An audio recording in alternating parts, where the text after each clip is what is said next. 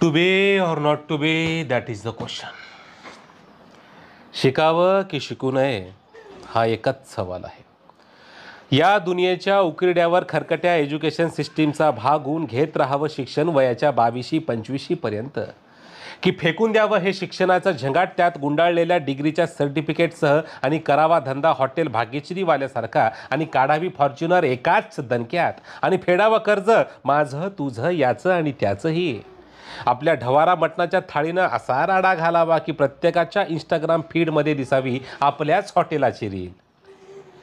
पण आपण हॉटेल टाकलं आणि मटण खायला कस्टमरच नाही आलं तर इथेच मेक आहे. नवं काही करायचं म्हटल्यावर आपली फाटायची थांबत नाही, म्हणून आपण चालत राहतो वर्षानुवर्ष रूढलेल्या वाटेवर. घेत राहतो शिक्षण 12वी, ग्रॅज्युएशन, पोस्ट ग्रॅज्युएशनपर्यंत आणि अखेर नोकरीसाठी हातात रिझ्युमे घेऊन खालच्या मानेने उभे राहतो कंपन्यांच्या दाराशी, किंवा मग करत राहतो तयारी सरकारी नोकरीसाठी. विधात्या, अरे तू इतका कठोर का झालास?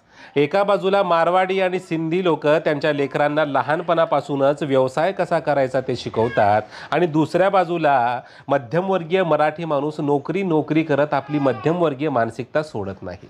मग आमच्यासारख्या शिक्षणामध्ये जेमतेम असणाऱ्या सामान्य मध्यमवर्गीय कार्ट्यांनी फॉर्च्युनर कशी घ्यायची रे? फॉर्च्युनर कशी घ्यायची? To be or not to be, that is the question. शिकावं की शिकू नये हा एकच सवाल आहे.